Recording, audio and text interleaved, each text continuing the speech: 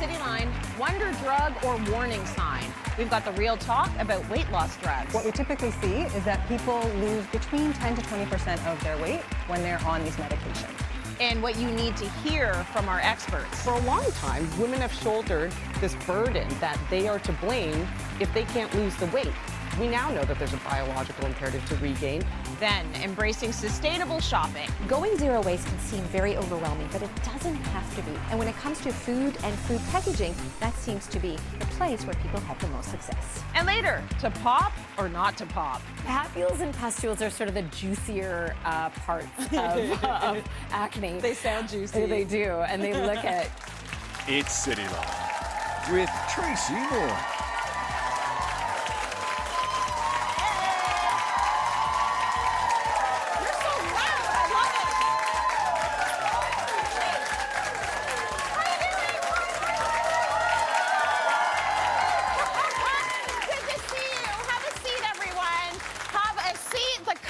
Looking so good today.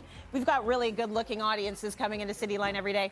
It's Wellness Wednesday. We have a great show coming up for you as per usual. So today we're talking weight loss. This is not something Cityline has done in years.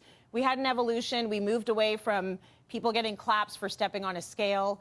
We want to meet women where they are. We want to make sure all of our viewers have the right answers when it comes to these new and popular weight loss drugs. This is what we're hearing you want to hear about. Am I right? Isn't there a lot happening with these weight loss drugs?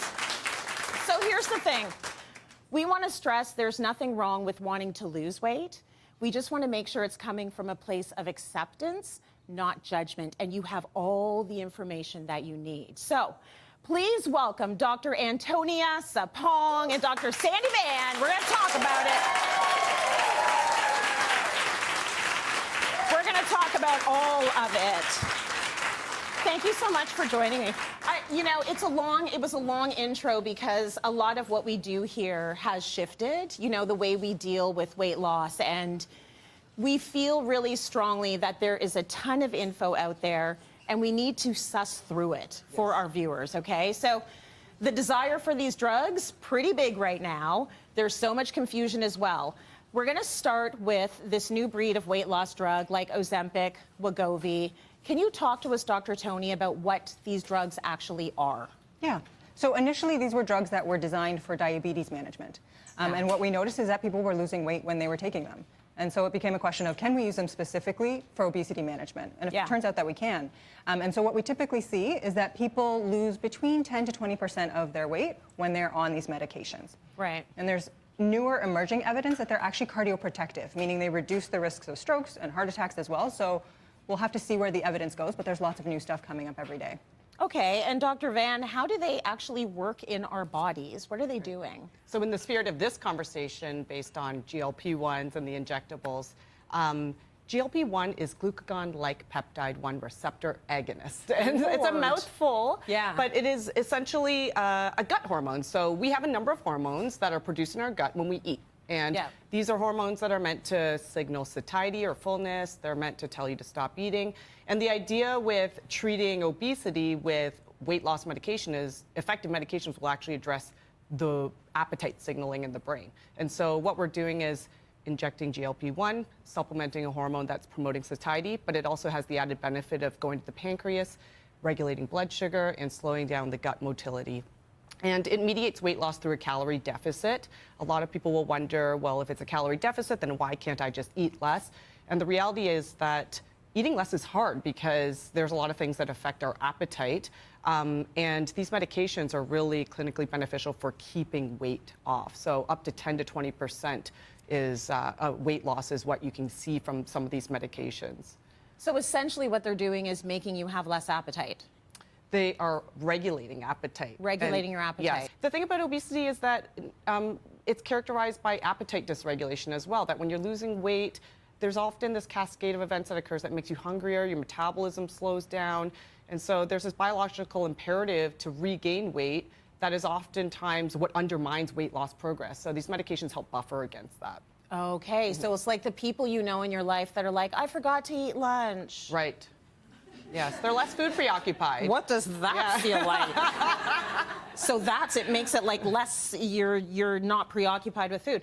So I want to talk about side effects because these are huge, and this is what I keep hearing about. I keep hearing about projectile vomit. I hear about diarrhea. I hear about all the side effects. Can you talk to us about the side effects? Yeah. So I think first things first, for the majority of people, they're actually going to be mild to moderate. Okay. And they follow sort of logically from how the drugs work. So because the drugs are really working to slow emptying of the stomach, they work to slow the gut. What we sometimes are seeing is that people experience a lot of nausea, a little bit of vomiting. This is somewhere between 10 to 40%, particularly when you first start the medications. Often, as your body adjusts, those side effects reduce. Other common things, constipation, a little bit of stomach pain. Okay. There are much less common side effects that affect a minority of patients, like less than 1%. These are things like pancreatitis, so inflammation of the pancreas, gallbladder disease, bowel obstruction, and gastroparesis, which literally is paralysis of the stomach. It just stops functioning as it should. But again, very uncommon. Can we talk a little bit about eligibility? Who is eligible to access these drugs? Yeah, so these medications, the eligibility criteria is based on BMI. And we all know BMI is not the be-all, end-all. It's not a great measurement of health, certainly, but we need to start somewhere with medications. It's going to be a conversation with you and your doctor about more than just BMI. But that said, in terms of the actual eligibility criteria, if your BMI is greater than 30, you're eligible, or if it's greater than 27 and you have one obesity-related health condition, so high blood pressure, high cholesterol, diabetes, or fatty liver disease, then you're also eligible to take the medications. I want to talk about access now quickly, because how much do these drugs cost? Like, everyone's saying this is rich people stuff.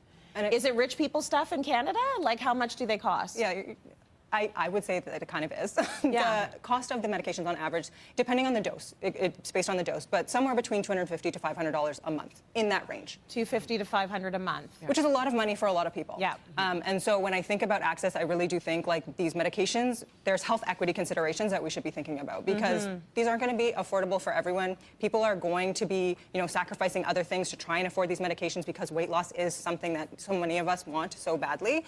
So, is it impacting their ability to eat healthy food or to, find joy or, heat their houses, whatever it might be. I do worry about that. And I think it's something we really need to consider when we're thinking about these medications and when we're talking about access and, regulating how much they cost as a society. And can I add that cost is oftentimes a barrier for my patients, but I often say some is better than none. So because the cost is dose dependent, sometimes patients can stay or people can stay on a lower dose of the treatment in order to make it manageable in terms of cost. So we're not quite there yet in terms of full coverage, but there are new medications coming out where hopefully insurance plans are going to be providing coverage. But for the time being, I'm saying some is better than none. So even if you're not on the full dose or therapeutic dose, it might be beneficial. A small dose can do something. Yeah. Yes. Well, here's what everyone wants to know, though. Do you gain the weight back?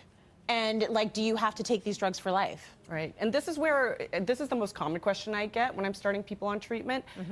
And I always invite people to consider the fact that obesity is designated as a chronic medical condition or a chronic medical disease. And chronic meaning that it's long-standing, progressive meaning that it gets worse with time. And so we kind of treat it like it's diabetes or hypertension. When you are diagnosed with those things, people start on treatment. And so the same goes with obesity.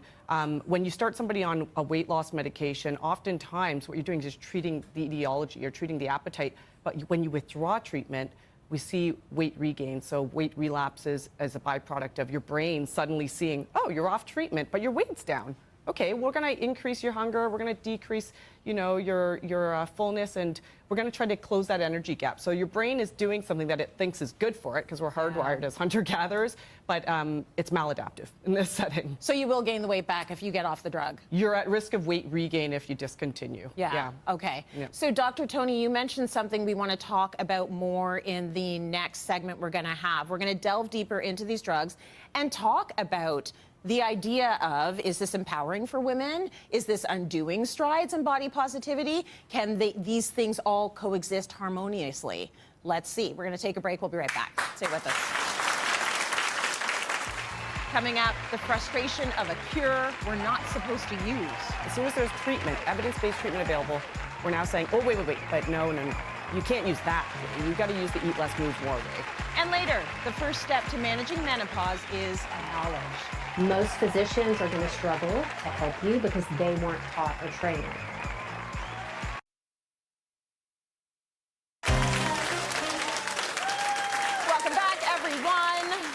the break, we were talking about the world of weight loss drugs and the latest developments. So Dr. Sandy and Dr. Toni are here to continue the conversation. With the current surge in demand and discussions about weight shaming, there is so much to unpack. Recently, body acceptance advocate Katie Storino, who's a friend of Cityline, received an apology from the CEO of Weight Watchers after calling out the company's role in diet culture. Take a look. I want you to know I don't really get that very often. I am sorry. Like a acknowledgement like that. What I said on that special, that it's not your fault, I learned that from you, where we played any part in the shame that people carry with them. I apologize. And I'm happy that we're talking about shame, because when we talk about these weight loss drugs, we have to talk about shame. There is so much shame that is connected to weight everywhere for women. So it was a very powerful moment, and it makes you think a little bit. So Dr. Van, how important do you think it is for a big name like Weight Watchers to actually own up to their part in fueling diet culture and address the harm that it's caused? I think it's a really, really important stepping stone to greater acceptance and appreciation of obesity as a chronic disease. And remember, not everybody with a high BMI has obesity. Just because you have a high BMI doesn't necessarily mean you have a disease. It's when it's high enough where fat is actually impairing your health in some way. But for a long time, women have shouldered this burden that they are to blame if they can't lose the weight. We now know that there's a biological imperative to regain, but we have played a big role, even in healthcare, at perpetuating this stigma associated with having higher weight. We've told people for a long time, you've got to lose the weight. You've got to lose the weight. I can't tell you how, but just lose it. And then as soon as there's treatment available, we're seeing another diet culture stronghold. As soon as there's treatment, evidence-based treatment available, we're now saying, oh, wait, but no. You can't use that way. You've got to use the eat less, move more way. And so there's a lot of change that needs to be made. And I sat here last time with you on the body image segment apologizing on behalf of healthcare practitioners, because I still think we play a role. We've made a lot of progress, but there's still more work to be done. Yes, you did. You did apologize, and I have to give you props for that. It's not your responsibility to apologize, but look at how much it needs to be heard, right? It needs to be heard that this isn't just our thing that we've been carrying in isolation by ourselves because we have no control and we have no discipline. So it is very nice to hear that. And I just want to repeat one thing you said, Dr. Van, and that is that you can be fat and you can also be healthy. You might be overweight and not sick. So just understand that not everyone that has extra weight is actually ill, and not everyone needs to fix that, but, with a drug or whatever. Like, it's an important point. It's not an excuse. So, seems a lot of people have lots to say about this topic. Actress Busy Phillips was on a podcast recently and was very outspoken about the double standards that exist in Hollywood between men and women. Take a look. Is a woman an animal who feels like she's ready to move from body positivity to body neutrality? Give me Ozempic. I don't care. I didn't create the problem. No. We all live with it. We're not changing it. All these have been on HGH forever. I never saw one Time magazine cover about it. I'm sorry. So basically what she's saying is, the world is what it is, and it's not changing. So we are being shamed for being fat, and then we're being shamed for taking weight loss drugs. What's it going to be? Men have been doing this forever. She says they're on growth hormones in order to be like Superman or whatever. I don't watch Marvel, but any of those big heroes, they're all on these drugs in order to maintain that look from 40 plus. But we're in this weird in-between space. So this is what I want to talk about. How do we balance the comeback of these weight loss medications with the strides we've made in body acceptance, which we talk about a lot on this show, and showcasing diverse body sizes everywhere on runways and magazines? Are we slipping backwards? Are we going back to damaging diet culture because now people think, oh, you're fat, there's a cure. Why don't you just go take that pill? Like, you need to fix that. What do you think, Dr. Toni? Yeah, I mean, this is such an important topic. I think when I think about how we approach any treatment in medicine, it's always a discussion. It's a collaborative decision-making process where we talk about the risks and the benefits, and we talk about, you know, are you free to choose what is best for you and your life in those moments? Yeah. When it comes to obesity, when we have constant messaging around you need to be thinner, you need to be constantly working towards thinness, and if you're not, you're doing something wrong, are we really free to choose, particularly as women when there's so much pressure as a society? And so do we take on more risk? Do we take on cost? Do we take on things that we wouldn't otherwise take on just because there is so much added pressure in this conversation? I think that's one thing. And then I also think if we aren't addressing our own internalized fat phobia and our own internalized ableism as like individuals, but also as a society, we run the risk of creating an expectation that people who are in larger bodies need to be taking a medication every day or every week, whatever it is, for the rest of their lives. And if they don't, then they're doing something wrong because they're not, you know, choosing health. And again, so is there, and does that sort of, if they choose not to, for whatever reason, they can't afford it, they have side effects, whatever it might be, if they can't do that, do we then add to bias and shame and more stigma as a medical community? And I think we run the risk of doing so. And so when I think about the potential for harm, it's not the medications in and of themselves. It's the medications in a society with this amount of fat phobia and discrimination. Yep. You know, that's where the harms are. I think I would also encourage people to also look at health, sure, a choice, but also look at wealth disparity. Yeah. You know, people say health doesn't have to cost a lot, just go to the gym. Well, what if you can't afford a gym? People say go run in your neighborhood. What if you don't live in a safe neighborhood? Yeah. What if you don't have access to stores that have produce? Yeah. What if you can't afford the produce in the stores close to your house? Like, health has never been for all. Health has always been related to wealth. Absolutely. So this is just trying to strip back the shame, I think, that people get for living an unhealthy life or looking unhealthy. So I appreciate you two so much for coming here and having this conversation. We wanted the real doctors with the real information, and that is what you've given us. I think we all need to check in our brains what is healthy, what is acceptable, and the answer is that all of our bodies are acceptable. They really are. Keep the conversation going with your people and your friends, and we will keep it going here. Let's go to break. More coming up. How to be green and thrifty when you shop. He's very green. I'm very green. It takes time to develop these habits. It's not going to happen overnight. Cityline's Wellness Wednesdays is brought to you in partnership with Jameson Vitamins. For over 100 years, we've proudly put quality and pure ingredients first. Jameson is here for your health. Welcome back. If you are looking to reduce waste in your life, we're heading to a zero-waste store to show you the simple art of sustainable shopping. Get ready for some practical, eco-friendly tips. Going zero waste can seem very overwhelming, but it doesn't have to be. It's absolutely not about being perfect. It's about picking one area in your home and starting there. And when it comes to food and food packaging, that seems to be the place where people have the most success. What I love about a zero waste grocer like this one is just how little plastic packaging you'll find. But you will find everything that you need, including peanut butter, olive oil, shampoo, conditioner, laundry detergent, you name it. So in starting your zero waste journey, you want to be as prepared as possible, and that means having the right tools for the job. So when you shop at a zero waste grocer like this one, you want to bring as many glass jars as possible in different sizes. Also bring mesh bags, those are great for produce, and cloth bags are wonderful for dry goods and of course to carry your groceries out.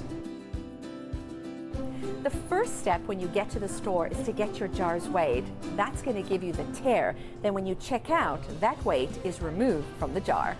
So the bulk section is one of my favorite places to shop for two reasons. One, it helps me to reduce the amount of food that I waste because I'm only actually buying what I need. And the second, it saves me a ton of money. So once you're done in the bulk section, the cashier is going to need the PLU. So here's a quick tip. Just simply write it right onto the jar. If you have a zero waste grocer in your area like this one, that's awesome. But if you don't, you can still apply a lot of these principles when you shop at your local grocery store. See, shopping low waste is much easier than you think. You just gotta have the right tools. And here's a pro tip. We've all forgotten our bags, right? You know what I'm talking about? So, before you head out to the grocery store, write bags at the top of your list. And And here she is now, Candice Batista, joining me after your awesome shopping trip. So good.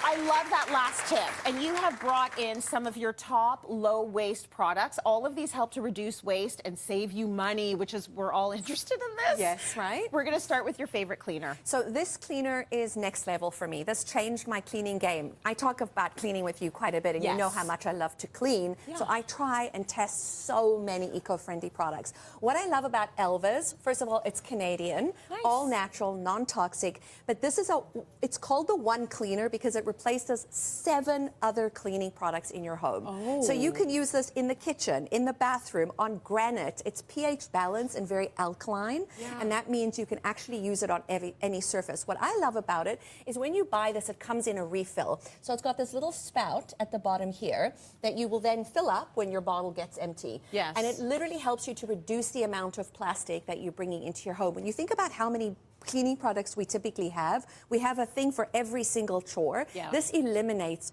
all of that. So by far my favorite company. I've used this now for quite a few years. I was introduced to Elva. That's it's the owner's grandmother. Oh, that's so it's so sweet. Non-toxic, great for pets, great for kids if kids and pets are crawling around on the floor, and it's a refill. And I think that's kind of where we're going to see a shift in eco is going to more refill options where you can actually do it at home. This is essentially what's in there. Yeah. It's like your wine in a box. That's it. Right? Do you understand? Because as soon as I saw that, I was like, oh, I get it. So you really do your vino and your cleaner at the same time. That's right. And you put it in there, and you've got everything you need in there. Everything. Wood, everything. Everything, right? Okay, we're going to move along to a low-waste way to do dishes. Yes, so this is another favorite company. This is Etty, another favorite Canadian company. So they've done so much innovation in the space of, they're really all about plastic-free everything. So they designed a very high concentrated dish soap that's in a beeswax pod. This is it right here. It's literally in here. Looks like a cheese string. Right, doesn't it? So the cool thing with this, it's very easy to use.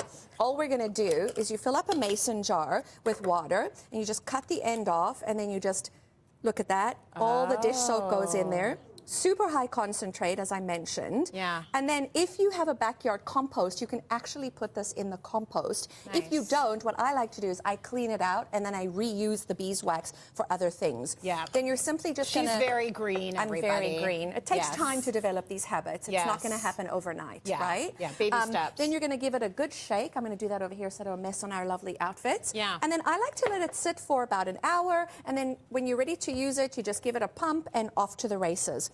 Now, along with that is I don't use paper towel in my home. I haven't for at least 20 years because paper towel. 20 years, yeah, Candice. 20 years because paper towel. You're ahead of it. I'm very ahead of it because paper towel is linked to deforestation. Yeah. We know that we want to save our trees. So this is a Swedish cloth, also by Etty.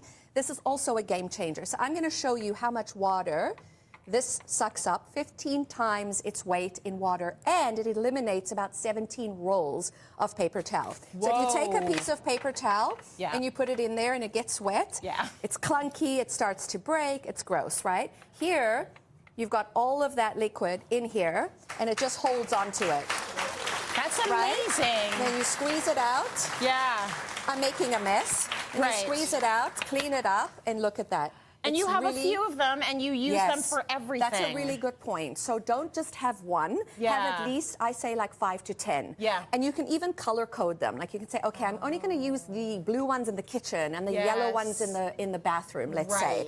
I'm very much about color coding, cleaning rags. Yeah. But honestly, these are great for inside, outside, barbecue. You can literally even clean your car with these. They're a game changer. Love. Okay, moving right along, we're going to talk about reducing waste in the bathroom. Yes, so as I mentioned with paper towels, same thing with toilet paper, it's linked to deforestation. So the problem is when we cut down old growth forests, they're about 100 years old, right? So it takes a long time for those trees to grow back.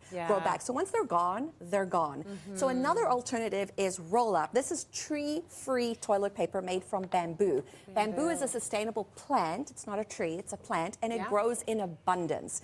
So even better if it's FSC certified, which stands for Forest Stewardship Council. It means that it's coming from a well-managed forest. So this is roll up. You can sign up for a subscription, and every month you get toilet paper delivered to your home. I mean, it's so exciting when it happens. Better than a bill. Better than a bill. And this is also a local, right? A local Toronto company. And how cute is the packaging, Trace? That's what I love about it. I came over to this table. I'm like, what is this gorgeous toilet paper? What is going on here? But I need to feel it. If it's bamboo, I want to feel what my bum's going to feel. It's like a cloud. It's like a cloud. Is it going to be okay? It's so it's going to be okay. It's yes, so soft. It's soft. So bamboo really is good. known for being very, very soft. Nice. So yeah, your tush and the forest will love you forever. Absolutely, it will. Well, guess what? Everyone, you are going to go home with all of these amazing eco products to help start your low-waste journey. Candice, thank you for that. Great info, great products. We're going to break. More coming up. Stay with us. Coming up, what not to do when dealing with pesky pimples. I'm not really sure what that tool is and why it's being used in this way. Don't do this at home.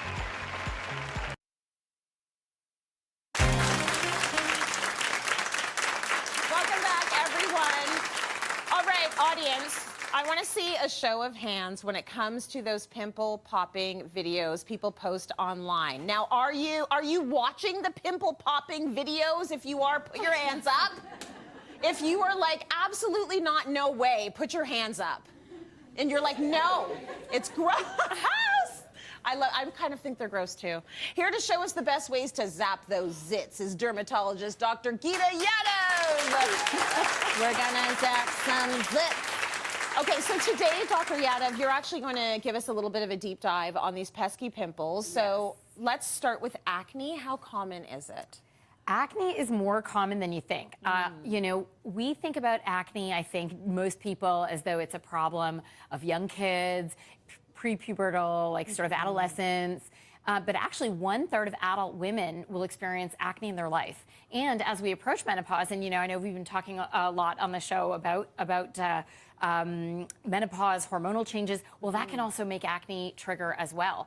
And if you're not even sure it's acne, it might even be rosacea, which can look like acne. So lots of things that can become inflamed on your face as you get older. Okay. Well, we want to talk about those inflamed things on our face. So we're going to start by talking about comedones. What are they? Comedones. Okay, so comedones are whiteheads and blackheads. Okay. So whiteheads because the skin is kind of grown over this trapped keratin. So it looks kind of whitish, but small. Not really red or juicy yet. We'll They're get not there juicy.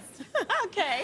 And then open comedones are the blackheads. So that's when the skin is maybe gone on top, but the pore is still clogged, and that keratin inside is oxidized, so it looks black. So that's why we give it the name blackhead. And so that's what comedones are.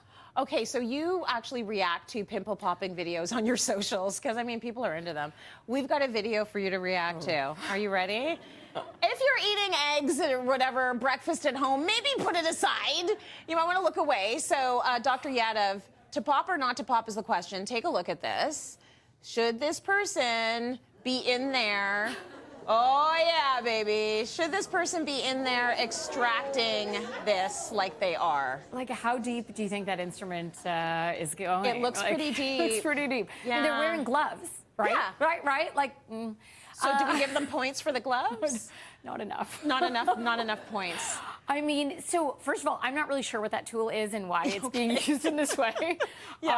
Don't do this at home. Yeah. So I think the thinking is that, gosh, if you get rid of it and that it's something structural, anatomical, like a thing you got to get rid of, then it'll be gone. Yeah. The problem is that there is a bunch of underlying physiology that's causing this. And so if you don't treat that underlying issue, it's just going to recollect. And using that thing, whatever that sharp thing was, on the face, that's going to probably cause trauma, scarring, hyperpigmentation. It's going to delay healing. I don't know. Not to pop. You're saying not to pop. Not to pop. In your practice, do you pop blackheads? No. So I'm a big fan of chemical exfoliation. So this manual extraction, maybe the way people think about it, like, you know, actually getting the stuff out. And people ask, you know, how should I get the stuff out? You know, how do I do it? Well, we're going to talk a little bit about some products to help that chemical exfoliation, so you can do it with topicals and other kinds of treatments. Okay, so what would you use to treat comedones? So What do we've got a couple of really cool products here. Okay. Most of them contain salicylic acid, and that's kind of one of the common workhorse ingredients I wanted to chat a bit about. Salicylic acid can actually penetrate the pore, the follicle. It can help sort of make that keratin separate a little bit and the skin cells turn over a bit better, so it can kind of de-gunk your face. Okay, and these have Medically. salicylic acid in them, all of them? They do. So these washes do. And then what we've had here is a serum. So this is a retinol serum. Retinol is a vitamin A derivative, and retinols also help the skin turn over more quickly. They help the skin cells shed and again declog the pores. And what's nice about this product actually is that there's also ceramides to help soothe the skin and niacinamide to also help soothe the skin, because a lot of these acne treatment products can be irritating. So you got to make sure you tolerate them if you're going to use them regularly. Okay, good info there. We are going to move along to papules. Did I say it right? Yeah, almost. Papules. Papules. Papules. I like it. Like already it sounds gross.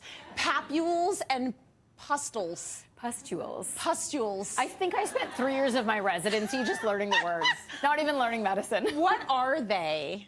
Yeah, so papules and pustules are sort of the juicier parts of acne. They sound juicy. They do, and they look at, we'll see some photos, I think, soon. So papules, you've got sort of, I think blind pimple is a good way of wording it. You know, so you've got that red, inflamed bump on your skin that you kind of want to squeeze, but nothing comes out of it, but maybe you squeeze it anyways and you shouldn't. Whereas It's irresistible. Whereas a pustule would be something where there's pus. So white kind of fluid under the skin, again inflamed. That's a good one. That's a juicy one. That's juicy. Tempting. Okay, so we're going to show you another popping video, okay? Take a look. Is this a yay or a nay? Should this person be getting rid of their... which one is that? Yeah. That looks juicy. Which one is that, Doc? So this is more of a papule, and if you could hear the audio on this, the nails, the nails. The nails are serious going They're in there. serious, you know? And I really appreciate that this person is doing it for their partner. Yeah. But like love goes deeper than that, man. How should we be treating things like that? Because it's almost like a big beacon saying, pop me. Yes. Right? So tempting, right? So tempting. And I totally get it. And for what it's worth, everybody picks, even though I tell them not to, like everybody picks, right? We've all got that secret moment where we've been like, let me just play around a little bit.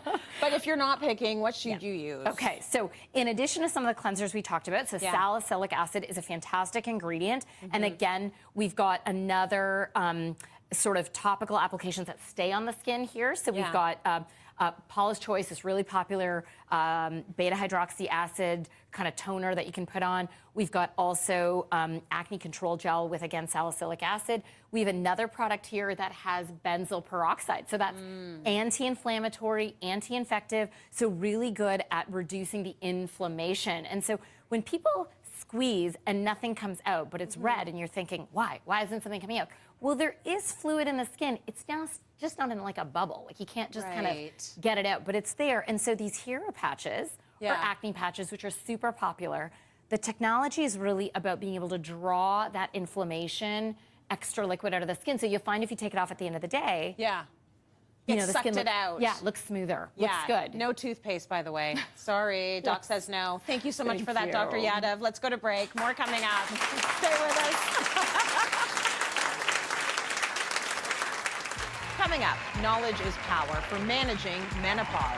There is a lack of education, awareness and knowledge of perimenopause, the symptoms, when it begins, amongst healthcare professionals, as well as all the regular people out there.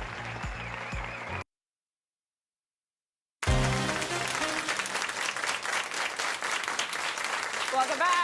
With a social media empire of over 3 million, a revolutionary approach to menopause care through the Pause Life, and an upcoming book, The New Menopause, set to redefine the conversation. She's here to share her invaluable insights on embracing menopause with confidence and answering my most burning questions. So please welcome Dr. Maryclair Haver.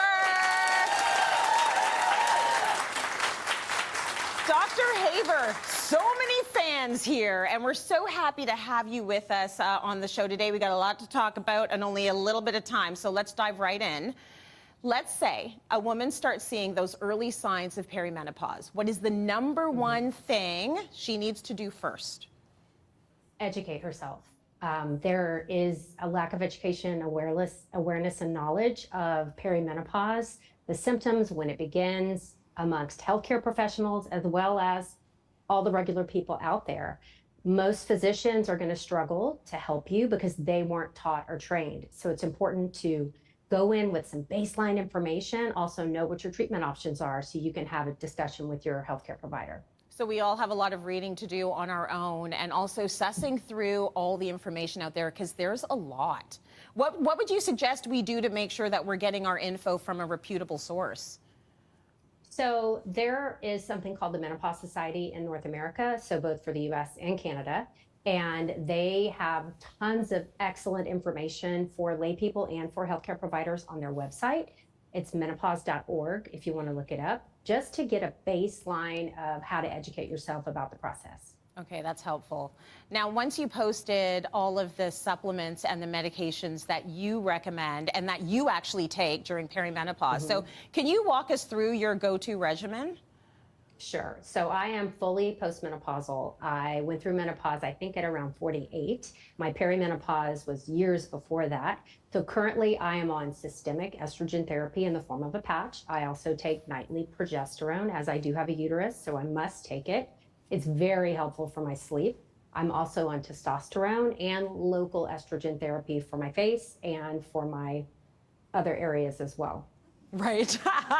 Wink, wink. I get that. You know what? I tried the patch to begin with when I started hormone therapy. That thing would not stay anywhere I stuck it. I did it the abdomen. I did it on the butt. I did it everywhere. So I had to move back to the pill. Does it matter which way you take in your hormones, do you think? Some people have difficulty with the patch sticking or with transdermal options absorbing. So oral is a really good option for them. If you have a family history or a personal history of blood clots or a clotting disorder, you want to really try for a transdermal option because we bypass the liver that way, which is where we can see a very slight uptick in our clotting factors with the oral estrogen. And transdermal would be anything that's like on the skin, right? Through the skin, correct. Through the skin. Okay, how do we know if hormones are the right answer for us? And if they're not, what else exists as treatment for menopause? So certainly if you're having the classical symptoms of menopause, that being vasomotor symptoms like hot flushes, night sweats, and palpitations, we can easily get rid of those symptoms with hormone therapy. But there's also protective benefits of hormone therapy that a lot of people don't realize. It's very protective of our bones for osteoporosis. It's protective of our cardiovascular system if you start early enough for decreasing the rate of heart attacks and death from heart attacks. It's also neuroprotective, decreasing rates of dementia, again, if started early enough in the window of opportunity. Okay, I want to go back to the top when you said that we need to start looking for our own info and doing our own research and go to our physician to figure out what we need to do. If we go to a physician, and I hear this from viewers all the time, and you tell them about your symptoms and they are not taking them seriously, what is your next line of defense? Because we can only do so much in terms of advocating for ourselves. Like, what do we do next? Exactly.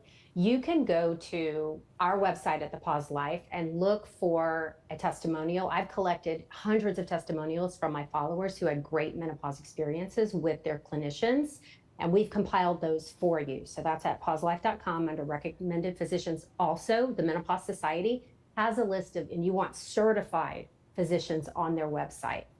Okay, so you just got to keep shopping around for another physician.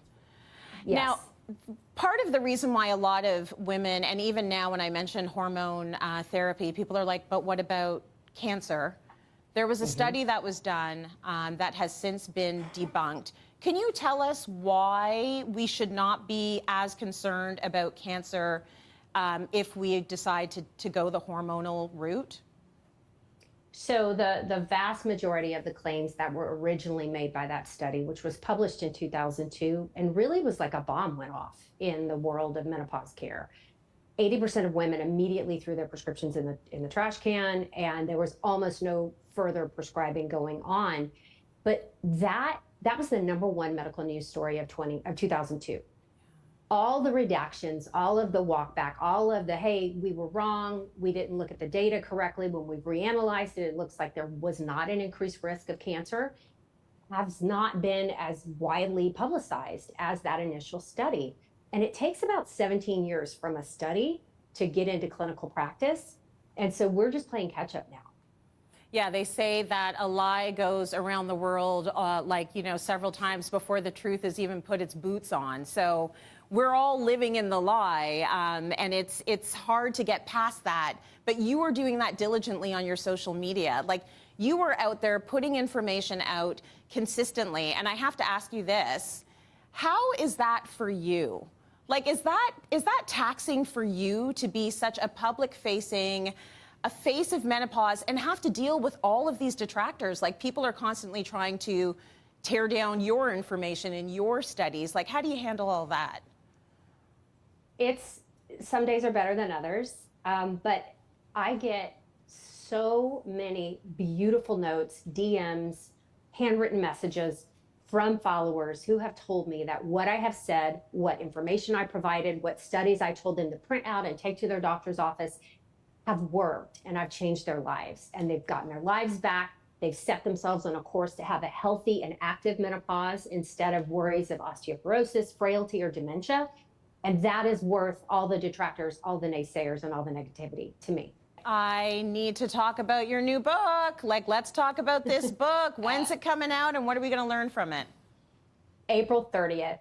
You know, I get so many questions I field every day on menopause. What is it about? What does it mean? How do we approach this time of our lives in the healthiest way possible? And that's what the book is about: the history of menopause, why we aren't educating providers, what we need to do to stand up for ourselves and advocate for ourselves. Great resources for you. Not only hormone therapy, but all of the possible options, including supplements, as well as non-hormonal pharmacology. Beautiful. Thank you so much, Dr. Haver. We so appreciate you taking the time. Take care. Thank you. And we will be back after the break, everyone. Stay with us. We got more coming up. Cityline. OMD. Real-life solutions. Have a new discovery. And honest conversations. I'm sweating now. That's what happens when I get embarrassed. Cozy up with Cityline. Weekdays on City TV.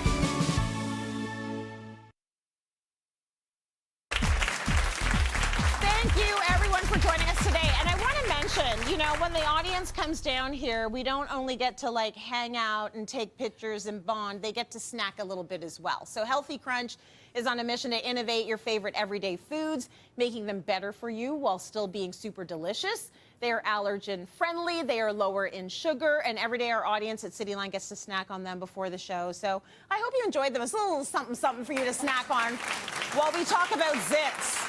But you know, that brings us to the end of the show. I so enjoyed this show. And I know it's not about me. I'm just here working. You're at home. But I hope you're getting the information that we are getting out to you. I'm so impressed with our experts. Thank you so much to Dr. Maryclair Haver as well, and to all of you for all of the great info, and all of you in studio. You're so fun. Thank you. And everyone at home.